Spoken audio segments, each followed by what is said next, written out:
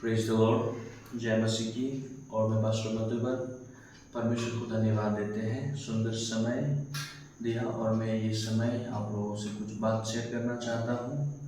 मैं बाइबल वचन से एक आयत को पढ़ूंगा, प्लीज़ आप लोग मेरे साथ पढ़ सकते हैं। भजन संहिता की किताब 4 अध्याय के 3 वचन में लिखा है, या जान रखो कि यहोवा ने भक्तों को अपने लिए अलग कर रखा है, जब मैं यहोवा को पुकारूंगा तब वो सुन लेगा। आमीन। सो मेरे प्रिय दोस्तों, जब हम परमेश्वर के वचन को देखते हैं तो परमेश्वर के वचन के थ्रू से हमारे जीवन में परमेश्वर बातें करता है। एक नंबर बात ये हमें जानना बहुत जरूरी है। दूसरा चीज ये है कि आज हम जो सुसमाचार के लिए जी रहे हैं, हम जो परमेश्वर के संतान लोग हैं, रीजन एक ही है कि हम यीशु मसीह के बारे में प्रचार करें कि यीशु मसीह उद्धार करता है। हम खुद से उद्धार नहीं पा सकते हैं, इसलिए उद्धार देने के लिए यीशु मसीह इस जगत में आया और हमें उद्धार दिया। ये चीज़ को हमें जानना जरूरी है। आमीन। इसलिए मेरे प्रिय दोस्तों, जितने भी लीडर्स लोग हैं, जितने भी आगुए हैं, मैं आप सभी से एनकरेज करना चाहता हूँ।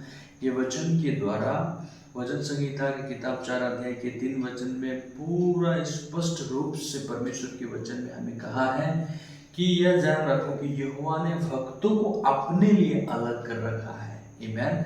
परमेश्वर ने क्या किया है? भक्तों को, कहने का मतलब जो लोग परमेश्वर के डर हुए हैं, जो लोग परमेश्वर के वचन में स्थिर होकर के जीते हैं, जो लोग परमेश्वर के लिए अपने घर बाड़ी को सब कुछ छोड़ करके सुसमाचार प्रचार करने के लिए निकले हैं, ऐसे लोगों को परमेश्वर भक्त बोलता है, जो परमेश्वर की आराधना करता है। आमीन।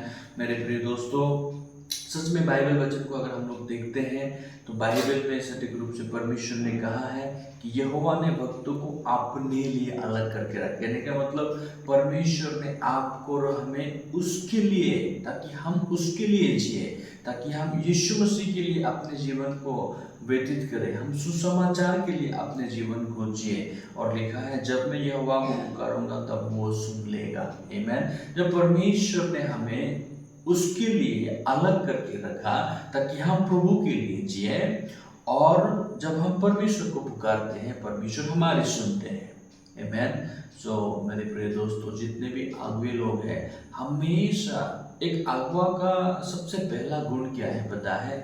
हमें परमेश्वर के साथ एक रिलेशनशिप होकर के जीवन जीना है। तभी जाकर के हम जो विश्वासी लोग हैं, उन लोगों को भी हम सही मार्ग वचन के थ्रू से दिखा सकते हैं।